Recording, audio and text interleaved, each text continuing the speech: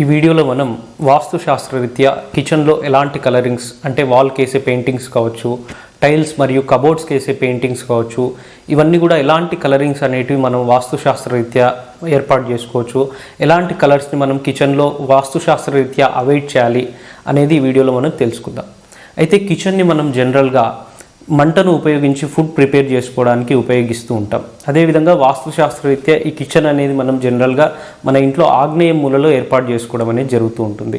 So ఈ kitchen అదేవిధంగా ఆగ్నేయ మూల రెండు కూడా మనకు ఫైర్ ఎలిమెంట్ని ఇండికేట్ చేస్తూ ఉంటాయి. కాబట్టి ఫైర్ షేడ్లో ఉండేటువంటి అంటే ఫైర్ ఏదైతే కలర్లో ఉంటుందో అలాంటి కలర్స్ కానీ బ్రైట్గా ఉండే కలర్స్ కానీ ఈ కిచెన్లో మనం ఉపయోగించవచ్చు. అవి ఒకసారి మీకు స్క్రీన్ మీద డిస్ప్లే చేస్తాను చూడండి.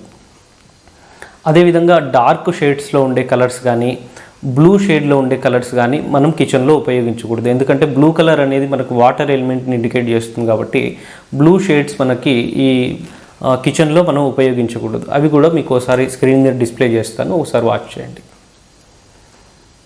సో ఈ వీడియోలోని ఇన్ఫర్మేషన్ మీకు నచ్చినట్టయితే కనుక ఈ వీడియోని మీ ఫ్రెండ్స్ అండ్ ఫ్యామిలీ మెంబర్స్లో ఎవరైతే కొత్తగా హౌస్ని కన్స్ట్రక్ట్ చేసే వాళ్ళు ఉంటారో వాళ్ళకి షేర్ చేయండి. అదేవిధంగా ఇలాంటి మరిన్ని ఇంపార్టెంట్ ఇన్ఫర్మేషన్స్ తెలుసుకోవడానికి మన యొక్క పేజ్ని ఫాలో అవ్వండి.